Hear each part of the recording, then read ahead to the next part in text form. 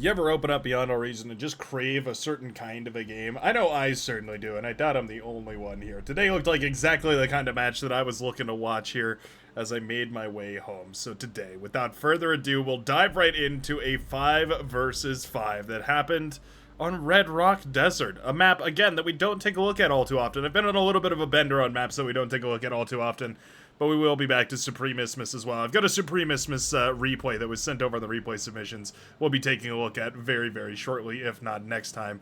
But today, we're going to be having a look at a quick little match that was played on a little bit of an uncommon match, or an uncommon map, rather, where spawning as our blue team leader is an Armada commander. It's going to be none other than Charlie. Yeah, good old-fashioned Charlie here at 32 open skill and setting the bar for the bar. Thank you, ladies and gentlemen. Thank you so much. If you'd like that joke and you like many more, consider subscribing down below to the Brightworks. There you go.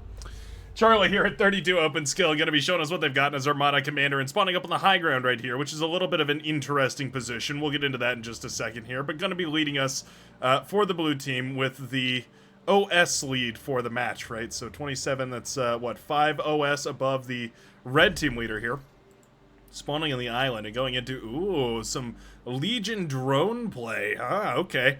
Well, that's interesting. Getting some of those light air transports out and about is kind of, yeah, I mean, that's interesting. I wonder what our plan is for these, right? I mean, we could use these to move constructors around. I guess you could, like, I mean, if you really wanted to be cheeky, you could build something, you could build like a Karkinos, one of the heavier bots, or maybe even a tank, just like a medium tank, and just go drop it in the enemy backline. Like, what are they gonna, like, once the commander moves out and you just airdrop a, yeah, you just end up airdropping a unit into the backline. There's nothing they can do. I mean, until you get anti-air defenses up and running, which it should spark those anti-air defenses to come up and running. But until then, yeah, that might be a very viable strategy here, especially considering that there's no dedicated air player, right? Neither of these teams have chosen that air is 100% something they want to go into. It's just the red team has decided that's the tech they want to go into, whereas the blue looks like they're being a little bit greedier and going for something more like an economy here. Pink and Seafoam Green clashing on the southern side. We have green, lime green holding this sort of mid-southern side. We have the northern middle side here for the purple and the orange to battle it out on, and I guess it'll be our tan versus our blue commanders on the northernmost side. We do also have, there we go, the constructor dropping that con around over here. Can the con traverse up this hillside, I wonder? That's a vehicle con. Oh, we do have a couple of units moving into the base. By the way, 4 ticks have snuck their way across the map and ran out of APM. They will sit idle right here, right next to the yellow commander's base, and Incisor is sent to go deal with them. I love that, of course. And, yeah, it looks like these ticks will eventually be shut down. Wow, no damage done. Okay.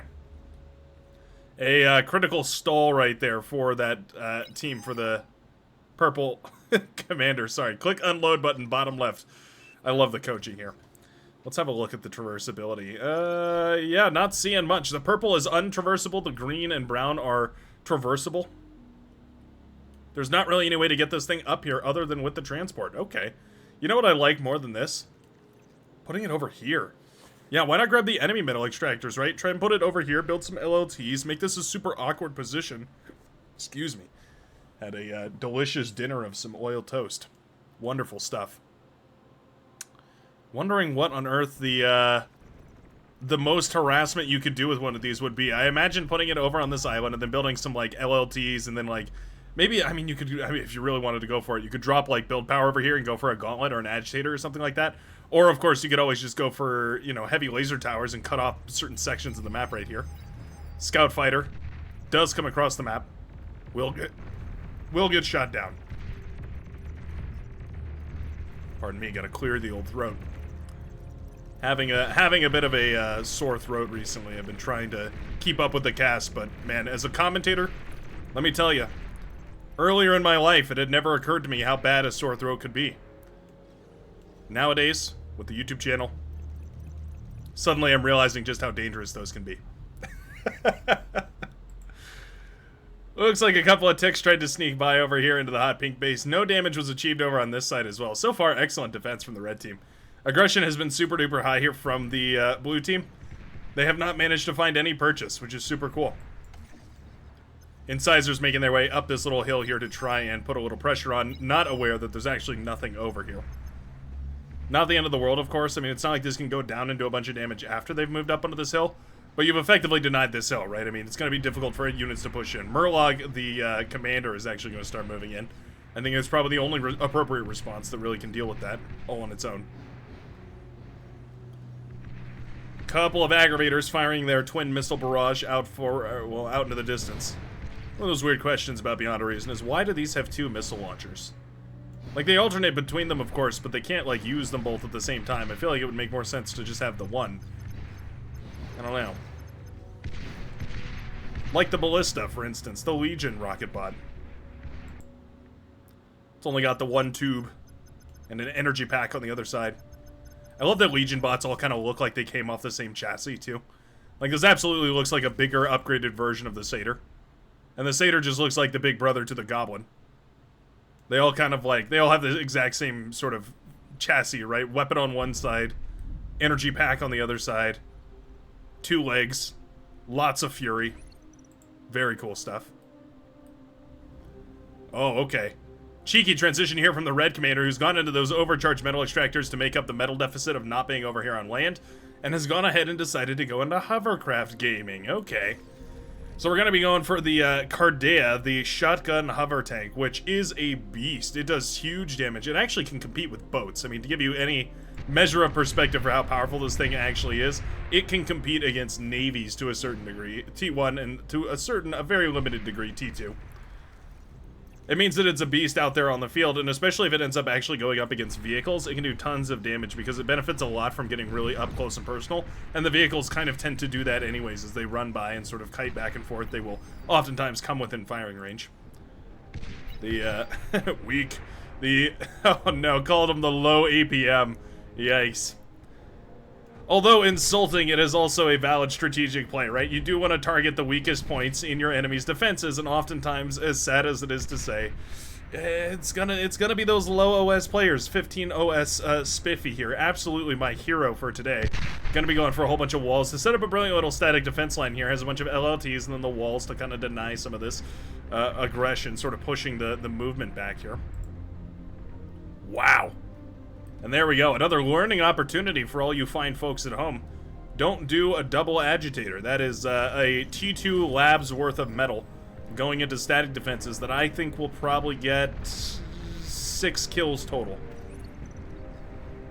We'll have to double check on that later. That's the Hot Pink Commander going down over here on the southern side. Whole bunch of those Seafoam green forces pushing forward here in combination with the Cyan hero, who also was moving in. There's that Cardea, though. Doesn't quite have the range. I mean, it can kind of engage the commander, just barely. Wow, 8% per shot, though, is pretty impressive. It can't really engage the commander. It has to kite away from the commander. If it tries to kite into the commander, it's a losing battle. But here we go. I mean, Cardea Gaming, as this thing starts to head forward here, what do we have to deal with this? The bots really are going to struggle a lot. It has decent range, extremely high damage, and costs half your metal bar. We also have a Karkinos coming up. All these Legion commanders leaning into their shotgun troops. Very cool to see. This Cardea actually just going straight for the backline. I mean, I kind of love it. I kind of love it, right? There's no way for the Cyan commander to really get back to this side of the field in a convenient manner. We effectively have to use the commander to go back over there, and it's going to be super awkward to do. Yeah, we've got more and more of these Cardea rolling out. You know what? I kind of love this. Yeah, these are excellent little skirmishing units. They're kind of like the Decurion in a way. They're like super expensive, but also you get a huge value out of them. You get way more value than their tech tier, right? They're sort of a T1.5 kind of a unit. They feel much more like a T2. I mean, look at the damage they do. One-shotting T1 solar panels here. Instantly blasting away tons and tons of the eco in the backline. I mean, that is basically, I want to say like a third of the eco here for the Cyan Commander has been shut down. The run-by was cleaned up, and the base is still standing. Wind turbines are still up and running. Build power is very shy. But other than that, we're still looking fine. We need to get those mexes back up and running, too. There's not a lot of metal on this map, so we need to make what metal there is count. One of those very, very powerful things about Legion is, of course, they have access to those overcharged mechs. They produce double the resources. Meaning even on tiny maps, they can get a huge value just by upgrading 1 or 2 of their metal extractors, because compared 1-to-1 against their opponent, they have effectively doubled their amount of mexes. Wow, we're not done yet either. The 71% hero, the Cardea shotgun tank that could, with 9 kills to its name so far, and a whole bunch more, I'm sure, just about to pop up. We need to dive in here and take out some of these mexes, but there's legitimately nothing to deal with this. We have Centurions, which are not bad. Oh, look at this front line. Oh, that's beautiful. Cardea instantly shredding this front line of thugs right there. 2 or 3 blasts to take those down. We are APM stalled for Mr. Above Average. Yellow Commander continuing to push in here. Alright, let's check on him. How many in total?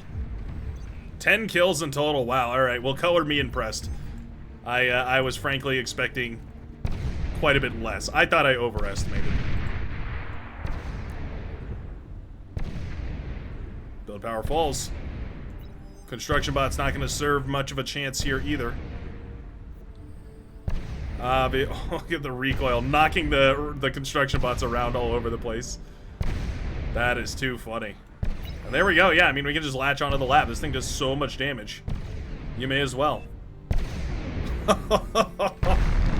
Oh, the Centurion doesn't come out in time. I'm not even convinced that a Centurion could kill one of these things, but it was the only chance that the Seafoam Green Commander had.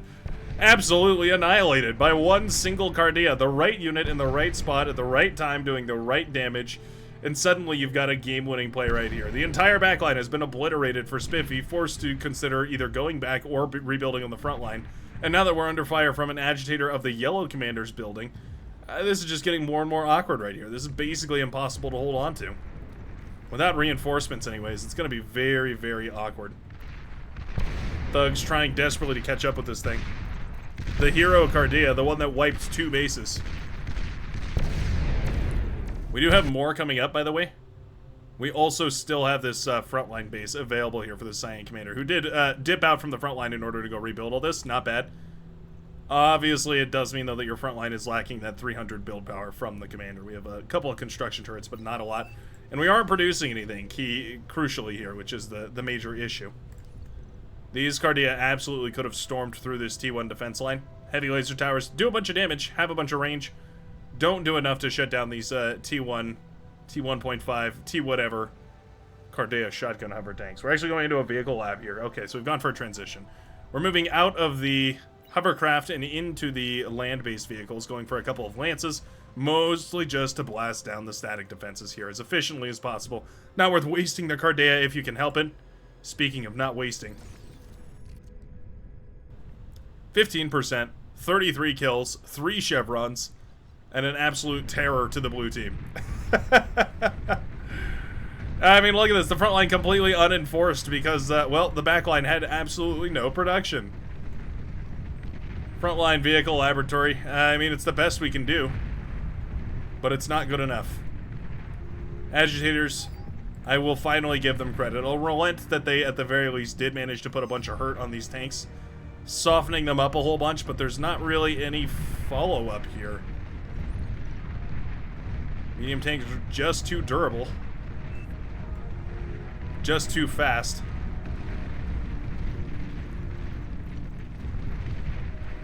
They managed to easily whittle down that thug line. Making their way between the, well, the ruins of Spiffy J's base and the green base here. The soon-to-be ruins and the ancient ruins. And I gotta love that medium tank gaming.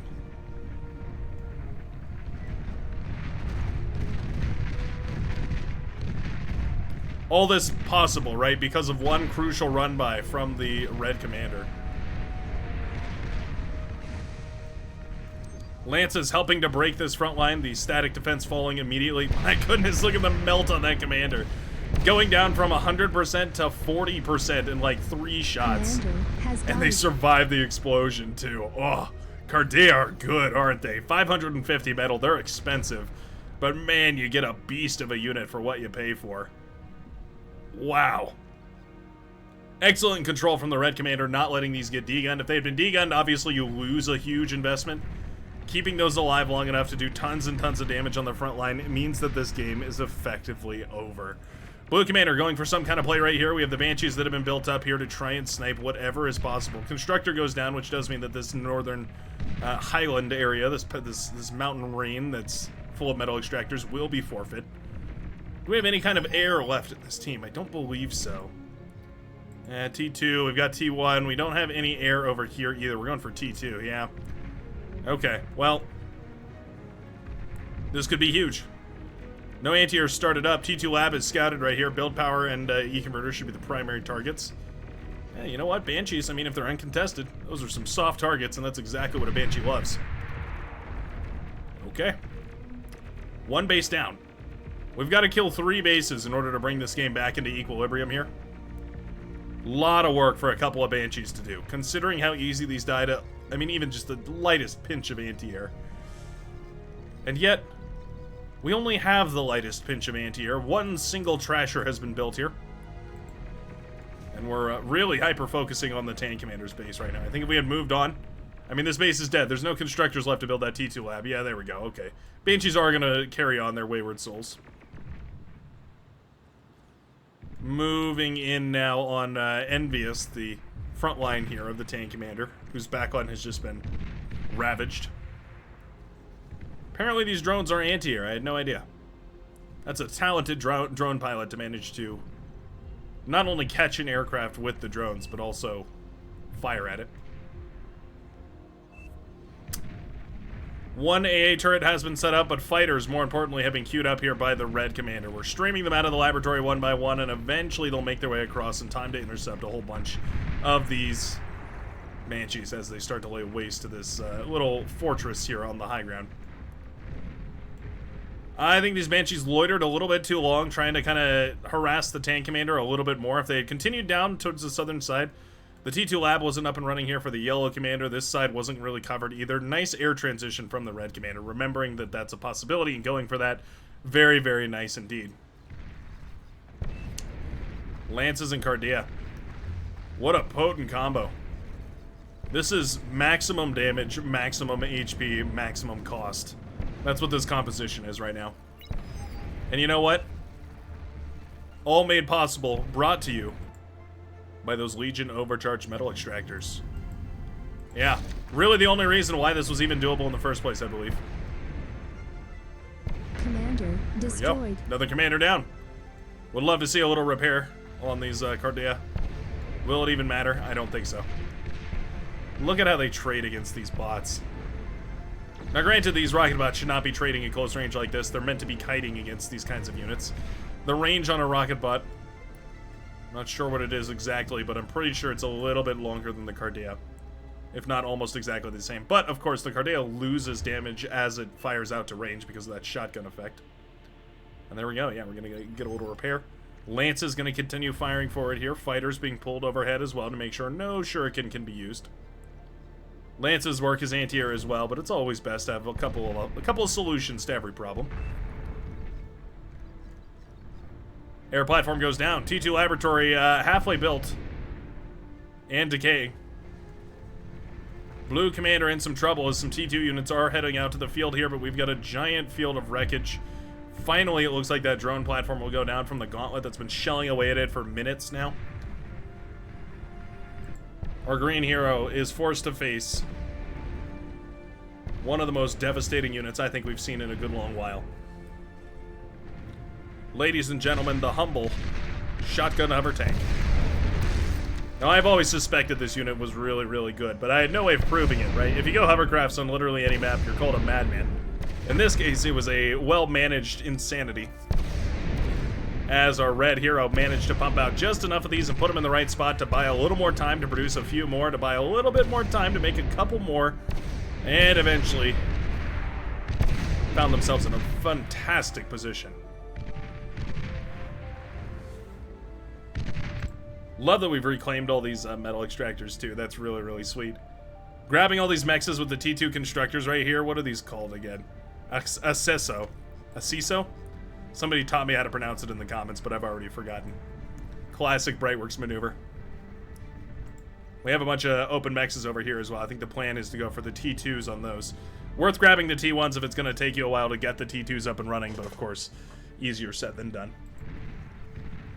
For the first time, these units are actually facing a challenge. We're going for a proxy hovercraft platform.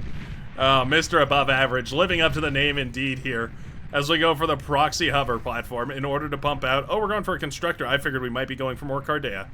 No, we've got the T2 tanks now, so we shouldn't really need them. I mean, they're great for T1, T1.5.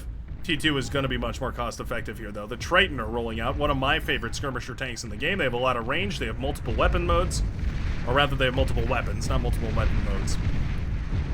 They have a decent amount of HP, and they can do a decent amount of damage, and when spread out and spaced nicely and in a great concave, they can do huge amounts of work. I think that just about does it, ladies and gentlemen. The Triton have absolutely no counter. A phenomenal eco advantage here for the purple commander, but what does it matter if there's tanks in your backline to destroy it? Rob loses the base, and indeed the blue team throws in the towel. I mean, I'm not gonna lie to you, this looked like a pretty one-sided engagement. The blue team had a early lead. I'll say they had an early lead with the aggression, but they lost it quickly. And on the southern side, man, I just don't think they were quite prepared to deal with the humble Hovercraft terror, Mr. Above Average, earning the golden cow, of course, for sweeping this map in a very quick game of Beyond All Reason. Thanks a ton for watching, folks. I sure hope you enjoyed this one, and as always, I hope you have a fantastic rest of your day, and I will see you in the very next match of Beyond All Reason. Peace out, everybody.